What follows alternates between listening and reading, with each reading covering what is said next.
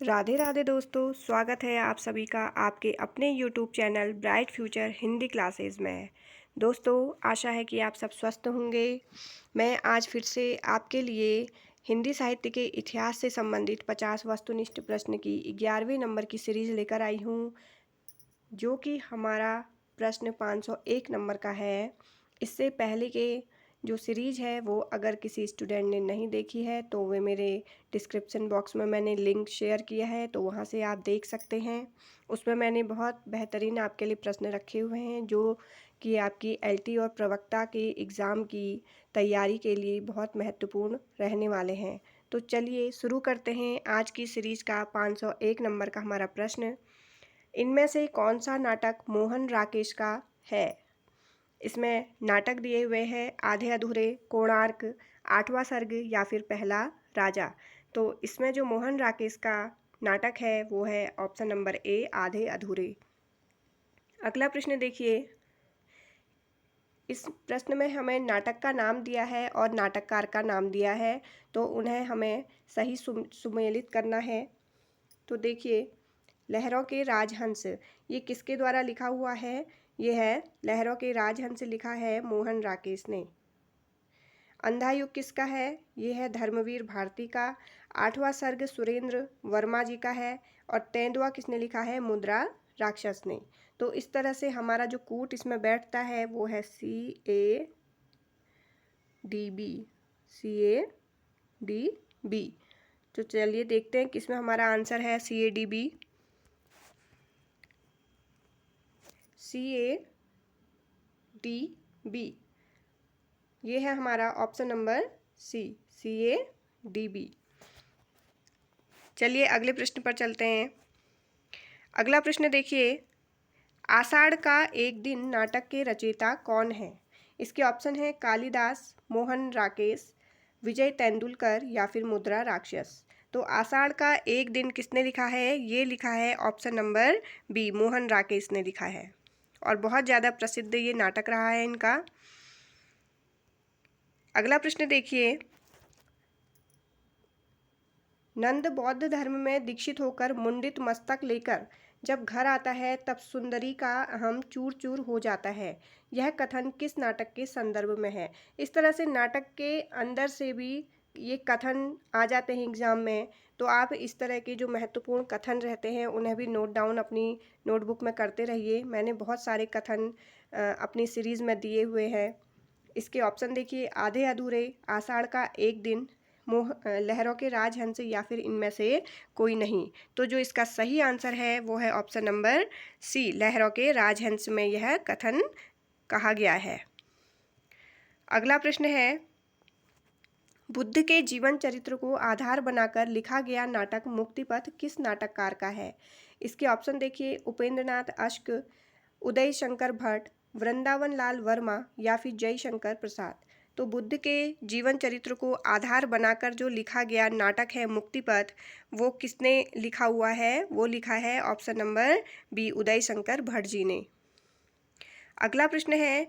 प्रियदर्शी सम्राट अशोक नामक नाटक की रचना इनमें से किसने की है? और ये नाटक बहुत महत्वपूर्ण है परीक्षा की दृष्टि से, आप इसे भी नोट डाउन कर सकते हैं।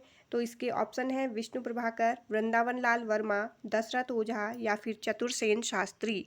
तो इसका जो सही आंसर है वो है ऑप्शन नंबर सी, दशरथ ओझा। अगला प्रश्न है।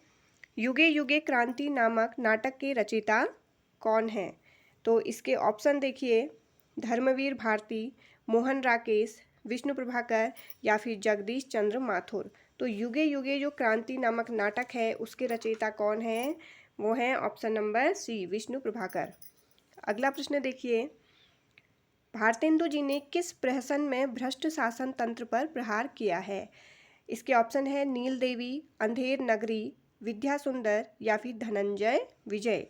तो भारतेंदु जी ने जो प्रहसन में भ्रष्ट शासन तंत्र पर प्रहार किया है वो है option number B, Andher Nagari. और ये बहुत ज़्यादा प्रसिद्ध इनका नाटक रहा है। अगला प्रश्न देखिए।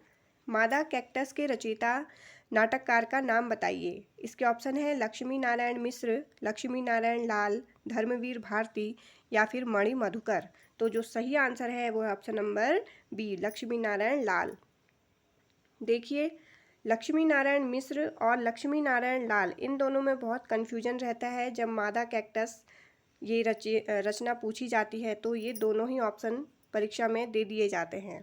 तो आपको ये याद रखना है कि मादा कैक्टस किसकी कृति है, ये है लक्ष्मी नारायण लाल। आप ये समझ लीजिए कि कैक्टस किस रंग का हो गया है, लाल रंग का। कैक्टस किस रंग का हो गया है, लाल। इस तरह से आप इसे याद करिए। नहीं तो मिश्र और लाल में बच्चे बहुत ज़्यादा कंफ्यूज होते हैं कि लक्ष्मी नारायण मिश्र जी का है या लक्ष्मी नारायण लाल का है। तो आप ऐसे याद करिए कि जो कैक्टस है वो किस रंग का है, लाल रंग का है, लक्ष्मी नारायण लाल। अगला प्रश्न देखिए, अश्वत्थामा को केंद्र बिंदु बनाकर कौन सी नाट्य कृति लिखी गई है? इसके ऑप्शन है समय संदर्भ, अंधायुग, रसगंधर्व या फिर मरजीवा। तो अश्वत्थामा को जो केंद्र बनाकर नाट्य कृति लिखी गई है वो है ऑप्शन नंबर बी, अंधायुग। और ये अंधायुग धर्मवीर भारती की बहुत ज़्यादा प्रसिद्ध नाटक रहा है इनका ये। अगला प्रश्न देखिए, एक और द्रोणाचार्य नाटक के रचयिता का नाम बताइए। इसके ऑप्शन हैं लक्ष्मी नारायण लाल, सुरेंद्र वर्मा, मणि मधुकर या फिर शंकर शेष। और इसका जो आंसर है वो है ऑप्शन नंबर डी, शंकर शेष जी द्वारा लिखा हुआ ये प्रसिद्ध नाटक रहा है। अगला प्रश्न है, मिस्टर अभिमन्यु किस नाटककार की नाट्य कृति है? इसके ऑप्शन है लक्ष्मी नारायण मिश्र, रमेश बख्शी, लक्ष्मी नारायण लाल या फिर हमीदुल्ला। तो मिस्टर अभिमन्यु किस नाटककार की कृति है ये नाट्य कृति? यह है option number C, Lakshmi Narayan Lal. अगला प्रश्न देखिए, रस गंधर्व तथा बुलबुल सराय नामक नाट्य कृतियों की रचना किसने की है? इसके ऑप्शन हैं मणि मधुकर, रमेश बख्शी, मुद्रा राक्षस या फिर सुरेंद्र वर्मा। तो रस गंधर्व और बुलबुल सराय जो नाटक हैं वो है ऑप्शन नंबर ए, मणि मधुकर जी के। मैंने इस सीरीज में आपके लिए बहुत ज़्यादा प्रसिद्ध जो निबंध है, नाटक हैं सॉरी, वो रखे हुए हैं। और आप इनमें से जो आपको लग रहा है कि आपके लिए बहुत ज़्यादा हेल्पफुल रहेंगे तो आप उनको ज़रूर लिखिए। ये एग्ज़ाम में आपके लिए क्विक रिवीजन रहेंगे।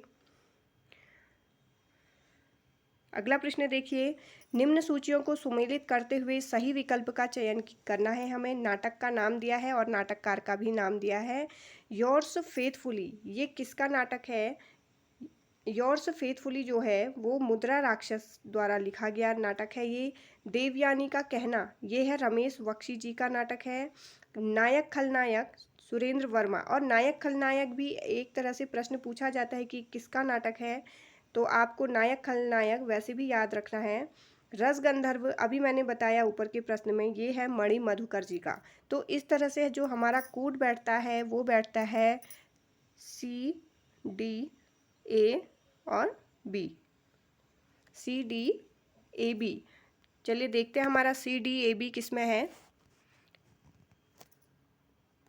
सी D A B, option number B. अगला प्रश्न देखिए, कबीरा खड़ा बाजार में नाटक के रचयिता का नाम बताइए। इसके ऑप्शन हैं सुदर्शन चोपड़ा, गिरिराज किशोर, भीष्म साहनी या फिर गोविंद चातक। तो इसका जो सही आंसर है वो है option number C, Bhishma Sahni. अगला प्रश्न है, घाटियाँ गूंजती हैं नाटक के रचयिता का नाम बताइए। तो ये प्रश्न भी परीक्षा में आ चुका है, एलटी एग्ज़ाम में, घाटियाँ गूंजती हैं। तो इसके ऑप्शन देखिए, मुल्कराज आनंद, धर्मवीर भारती, सर्वेश्वर और डी ऑप्शन है शिव प्रसाद सिंह। तो जो सही आंसर है option number D, Shiv Prasad Singh.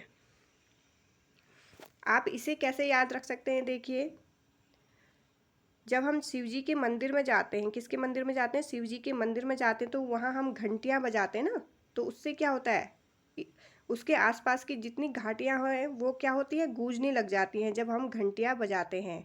तो इस तरह से आप इसको याद रख सकते हो कि शिव जी के मंदिर में जब हम जाते हैं तो घंटियाँ बजने से क्या होता है, वहाँ की घाटियाँ गूंजती हैं। तो शिव प्रसाद सिंह इसका आंसर होगा। इस तरह से आप इसे याद कर सकते हैं। पेपर वेट नामक नाटक की रचना किसने की है? इसके ऑप्शन है रमेश बख्शी, भीष्म साहनी, ज्ञानदेव या फिर अमृत राय। तो पेपर वेट जो नाटक है उसके रचनाकार हैं option number A Ramesh Bakshi. अगला प्रश्न देखिए, बकरी नामक प्रसिद्ध नाटक के रचयिता कौन हैं? इसके ऑप्शन हैं गोविंद चातक, सर्वेश्वर दयाल सक्सेना, ज्ञानदेव या फिर सुरेंद्र वर्मा। तो इस प्रसिद्ध नाटक के रचनाकार हैं option number B Sarveshwar Dayal Saxena. अगला प्रश्न देखिए, इनमें से ज्ञानदेव का नाटक कौन सा है? इसके ऑप्शन हैं अब गरीबी हटाओ, निशांत, नेफा की एक शाम या फिर नरमेध। तो जो इसका सही आंसर है वो है ऑप्शन नंबर सी नेफा की एक शाम। तो अब देखिए इसमें अब गरीबी हटाओ ये किसका है? ये है सर्वेश्वर दयाल सक्सेना जी का है। किसका है ये? सर्वेश्वर दयाल सक्सेना। सर्वेश्वर। आप इन नाटकों के नाटककार भी नोट करते रहिए, मैं सभी के बताऊंगी जिसमें आंसर नहीं होगा। निशांत किसका है? निशांत जो नाटक है वो विजय तेंदुलकर जी का लिखा हुआ है। विजय तेंदुलकर।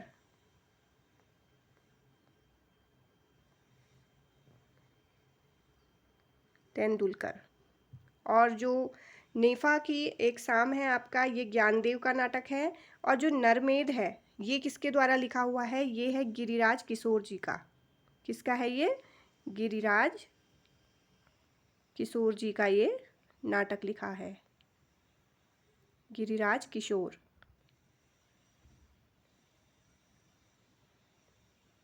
किशोर। अब गरीबी हटाओ सर्वेश्वर दयाल सक्सेना का है, निशांत विजय तेंदुलकर का है और डी है नरमेध गिरिराज किशोर का है, नेफा की एक शाम है ज्ञानदेव जी का। आप इन्हें भी जरूर नोट डाउन कर लीजिए अपनी नोटबुक में। अगला प्रश्न देखिए, महाकवि कालिदास के जीवन पर आधारित मोहन राकेश का नाटक कौन सा है? इसके ऑप्शन है आषाढ़ का एक दिन, लहरों के राजहंस, आधे अधूरे या फिर इनमें से कोई नहीं। तो कालिदास जी के जीवन पर आधारित जो मोहन राकेश जी का नाटक लिखा हुआ है वो है ऑप्शन नंबर ए आषाढ़ का एक दिन। और इसका जो प्रकाशन वर्ष है वो भी पूछा जाता है आषाढ़ का एक दिन। तो इसका जो प्रकाशन वर्ष है वो है 1958। कभी कभी ऐसे भी आ जाता है कि आषाढ़ का एक दिन का प्रकाशन वर्ष बताइए। ये है 1958 ईस्वी।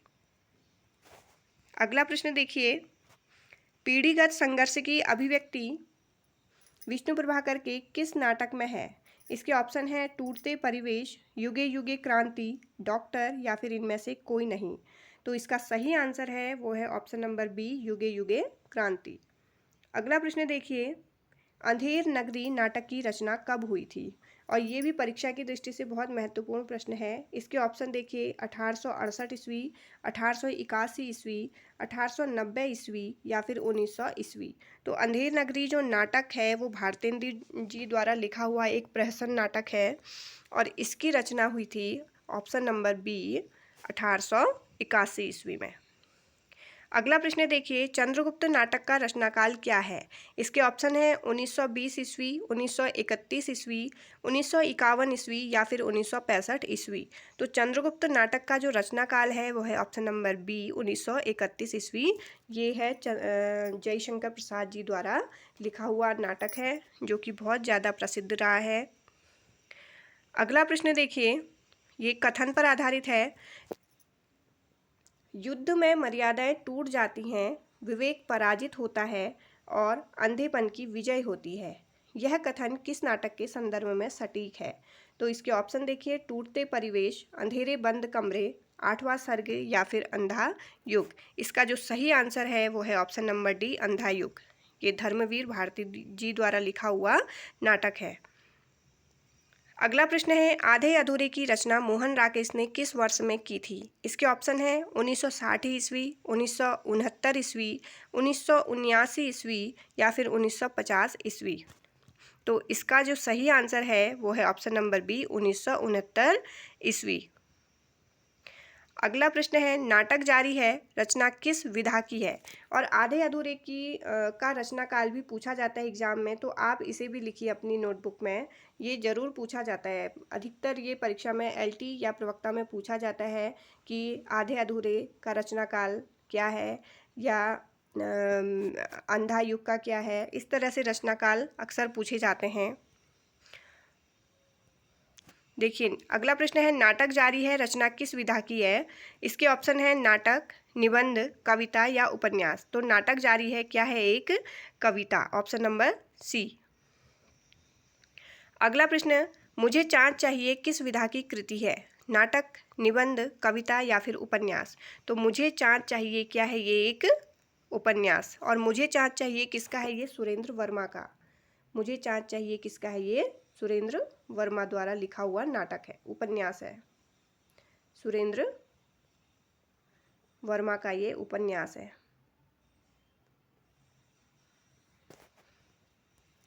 अगला प्रश्न देखिए, अंडे के छिलके किसका एकांकी संकलन है। इसके ऑप्शन हैं विजय तेंदुलकर, मोहन राकेश, हरिकृष्ण प्रेमी या फिर गिरिजा कुमार माथुर। तो अंडे के छिलके, option number B, Mohan Rakesh ji द्वारा लिखी हुई एक एकांकी है। अगला प्रश्न है, विधवा विवाह एवं नारी उद्धार जैसे विषयों को लक्ष्मी नारायण मिश्र के किस नाटक में प्रस्तुत किया गया है। इसके ऑप्शन है आधी रात, सन्यासी, राजयोग या फिर सिंदूर की होली। तो इसका जो सही आंसर है वो है ऑप्शन नंबर डी, सिंदूर की होली। अगला प्रश्न है, दीपदान एवं बादल की मृत्यु नामक संकलन किस एकांकीकार के हैं। इसके ऑप्शन है रामकुमार वर्मा, जगदीश चंद्र माथुर, उदय शंकर भट्ट या फिर विष्णु प्रभाकर। तो दीपदान और बादल की मृत्यु जो ये एकांकी है, ये है ऑप्शन नंबर ए, डॉक्टर रामकुमार वर्मा की। अगला प्रश्न है, प्रकाश और परछाई किस एकांकीकार की रचना है। इसके ऑप्शन है धर्मवीर भारती, विष्णु प्रभाकर, बेचन शर्मा उग्र या फिर हरिकृष्ण प्रेमी। तो ये जो एकांकियां हैं इनके रचनाकार हैं option number B, Vishnu Prabhakar. अगला प्रश्न है, लहरों के राजहंस का नायक नंद किसका प्रतीक है।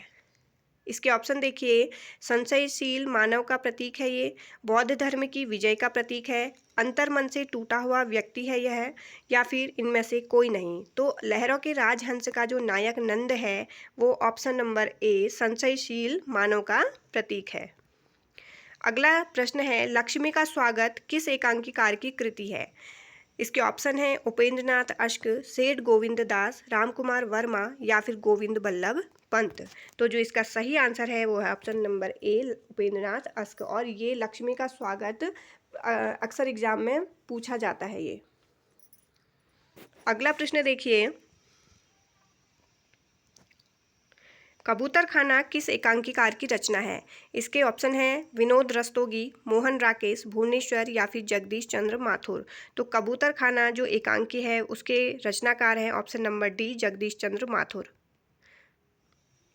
अगला प्रश्न है, प्रकाश चंद्र गुप्त की रचना कौन सी है। इसके ऑप्शन है टूटे हुए दिल, उतार चढ़ाव, विजय किसकी या फिर नया जन्म। तो प्रकाश चंद्र गुप्त की इसमें जो रचना है वह है ऑप्शन नंबर सी, विजय किसकी। अगला प्रश्न देखिए, ऊंचा पर्वत गहरा सागर इनमें से किस एकांकीकार की रचना है। इसके ऑप्शन है गोविंद बल्लभ पंत, विष्णु प्रभाकर, चिरंजीत या फिर प्रकाश चंद्र गुप्त। तो ऊंचा पर्वत गहरा सागर इस एकांकी के जो रचनाकार हैं वो है option number B, Vishnu Prabhakar.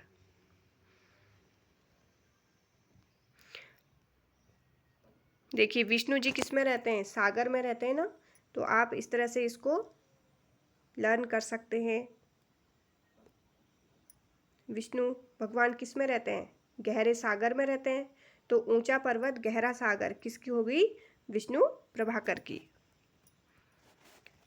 अगला प्रश्न देखिए, कौन सी कृति उपेंद्रनाथ अश्क की नहीं है। चरवाहे, साहब को जुखाम, क्रांतिकारी, पक्का गाना। तो उपेंद्रनाथ अश्क की जो कृति नहीं है वो है ऑप्शन सी, क्रांतिकारी। अगला प्रश्न है, कौन सा पात्र अंधा युग में नहीं है। युजुत्सु, गांधारी, भीष्म पितामह या फिर अश्वत्थामा। तो अंधा युग में जो पात्र नहीं है वो है option number C, Bhishma Pitamah. Yuzutsu, Gandhari, Ashwatthama ये तीनों अंधा युग के पात्र हैं। अगला प्रश्न देखिए, महेंद्रनाथ और सावित्री किस नाटक के पात्र हैं। बकरी, आठवां सर्ग, आधे अधूरे, लहरों के राजहंस। तो महेंद्रनाथ और सावित्री किस नाटक के पात्र रहे हैं, ये हैं ऑप्शन नंबर सी, आधे अधूरे के। अगला प्रश्न है, डॉक्टर रामकुमार वर्मा की कृति इनमें से कौन सी है? इसके ऑप्शन हैं धूम शिखा, मान मंदिर, कौमुदी महोत्सव या फिर प्रकाश और परछाई। तो डॉक्टर रामकुमार वर्मा की जो कृति है इनमें से वो है ऑप्शन नंबर सी, कौमुदी महोत्सव। अगला प्रश्न है, कौन सी कृति मोहन राकेश की नहीं है? अंडे के छिलके, सिपाही की माँ, कर्फ्यू या फिर चतुष्पथ। तो कौन सी कृति मोहन राकेश की नहीं है? ये है ऑप्शन नंबर डी, चतुष्पथ। और इसके अलावा अंडे के छिलके, सिपाही की माँ, कर्फ्यू, ये तीनों मोहन राकेश के द्वारा लिखे हुए नाटक हैं। अगला प्रश्न देखिए, भरत मुनि ने कितने प्रकार के नाट्य मंडपों का विधान किया है? इसके ऑप्शन देखिए 3, 4, 5 या फिर 6। तो भरत मुनि ने कितने नाट्य मंडप बताए हैं, कितने प्रकार के? ये बताए हैं 3 प्रकार के इन्होंने नाट्य मंडप बता रखे हैं। अगला प्रश्न है, नाटक का अभिनय रंगमंच के जिस अगले भाग पर होता है उसका नाम क्या है? इसके ऑप्शन है रंगपीठ, रंगशीर्ष, नेपथ्य या फिर रंगशाला। तो इसका जो सही आंसर है ऑप्शन नंबर बी, रंगशीर्ष। अगला प्रश्न है, 1969 में मोहन राकेश की कौन सी कृति प्रकाशित हुई? इसके ऑप्शन हैं आषाढ़ का एक दिन, लहरों के राजहंस, आधे अधूरे या फिर अंडे के छिलके। और इस तरह के क्वेश्चन भी प्रकाशन वर्ष में आते हैं एग्जाम में। इसका आंसर है ऑप्शन नंबर सी, आधे अधूरे। अगला प्रश्न है, अश्वत्थामा का अर्धसत्य किस गीत नाट्य का अंश है? एक घूंट, अंधा युग, द्रौपदी या फिर इनमें से कोई नहीं। तो अश्वत्थामा का अर्धसत्य किस गीत नाट्य का अंश है? ये है ऑप्शन नंबर बी, अंधा युग का। अगला प्रश्न देखिए, बिना दीवारों का घर किसकी नाट्य कृति है? इसके ऑप्शन है गोविंद चातक, शिव प्रसाद सिंह, मन्नू भंडारी या फिर रमेश बख्शी। तो बिना दीवारों का घर ये है option number C, Mannu Bhandari ji द्वारा लिखी हुई ये नाट्य कृति है। अगला प्रश्न देखिए, कौन सा नाटक मुद्रा राक्षस का नहीं है? इसके ऑप्शन है रस गंधर्व, तिलचट्टा, मरजीवा या फिर योर्स फेथफुली। तो जो मुद्रा राक्षस द्वारा लिखा हुआ नाटक नहीं है वो है ऑप्शन नंबर ए, रस गंधर्व। रस गंधर्व किसके द्वारा लिखा गया है? ये है मणि मधुकर जी द्वारा लिखा हुआ नाटक। मणि मधुकर जी द्वारा लिखा हुआ है ये। और ये बहुत इम्पोर्टेंट है कि रस गंधर्व किसकी द्वारा लिखा हुआ नाटक है, ये एग्जाम में अक्सर पूछा जाता है। तो ये है मणि मधुकर। अगला प्रश्न देखिए, मिस्टर अभिमन्यु की मूल समस्या क्या है? ए है स्वच्छंद प्रेम, बी है पूंजीवादी व्यवस्था एवं भ्रष्टाचार के दुष्परिणाम, सी है समाज सुधार या फिर डी है उपदेशात्मक वृत्ति। तो इसकी जो मूल समस्या है वो है ऑप्शन नंबर बी, पूंजीवादी व्यवस्था एवं भ्रष्टाचार के दुष्परिणाम। अगला प्रश्न है, भीष्म साहनी की नाट्य कृति कौन सी है? इसके ऑप्शन है कबीरा खड़ा बाजार में, ययाति, मादा कैक्टस या फिर द्रौपदी। तो भीष्म साहनी का जो नाटक है वो है ऑप्शन नंबर ए, कबीरा खड़ा बाजार में। ययाति किसकी है? ये है गोविंद बल्लभ पंत जी द्वारा लिखा हुआ नाट्य कृति है ये, गोविंद बल्लभ पंत जी द्वारा।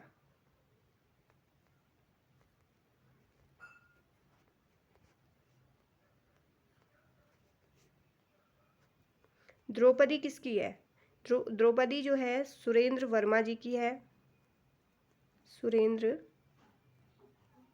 वर्मा, इनकी ये नाट्य कृति रही है। और मादा कैक्टस किसका है? अभी मैंने बताया कि लाल कैक्टस कैसा है? लाल, यानी कि लक्ष्मी नारायण लाल, लक्ष्मी नारायण लाल की ये नाट्य कृति है।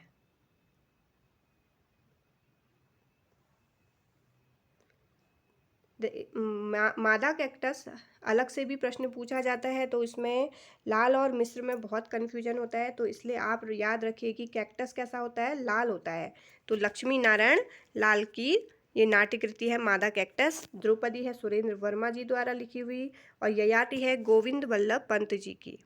चलिए अगले प्रश्न में चलते हैं और इस सीरीज का ये अंतिम प्रश्न है। ये प्रश्न एक कथन पर आधारित है। मुझे सम्मान की आवश्यकता नहीं, मुझे सम्मान की आवश्यकता नहीं, रचना का संतोष मुझे मिल चुका है। देश के कोने-कोने से मुझे लोगों का, दर्शकों का प्यार मिला है और क्या चाहिए मुझे? जीवन के एक मोड़ पर मुझे सत्ता की सहायता की आवश्यकता थी, अब नहीं है। शासन यदि मेरी रचना पर रोक लगाएगा तो वह दूसरे राज्य में सप्तम स्वर में सुनी जाएगी। यह कथन सुरेंद्र वर्मा के किस नाटक से लिया गया है? और ये मोस्ट इम्पोर्टेंट कथन है ये, आप इसे ज़रूर अपनी नोटबुक में लिखिए और ये मोस्ट इम्पोर्टेंट है। कभी कभी ये पूरा ही कथन आ जाता है और कभी यहाँ से आता है कि शासन यदि मेरी रचना पर रोक लगाएगा तो वह दूसरे राज्य में सप्तम सप्तम स्वर में सुनी जाएगी। तो इस तरह से ये छोटा कथन भी आ जाता है। इसके ऑप्शन देखिए, सेतुबंध, आठवां सर्ग, द्रौपदी या इनमें से कोई नहीं। ये तीनों ही जो नाटक हैं ये सुरेंद्र वर्मा जी द्वारा लिखे हुए नाटक है।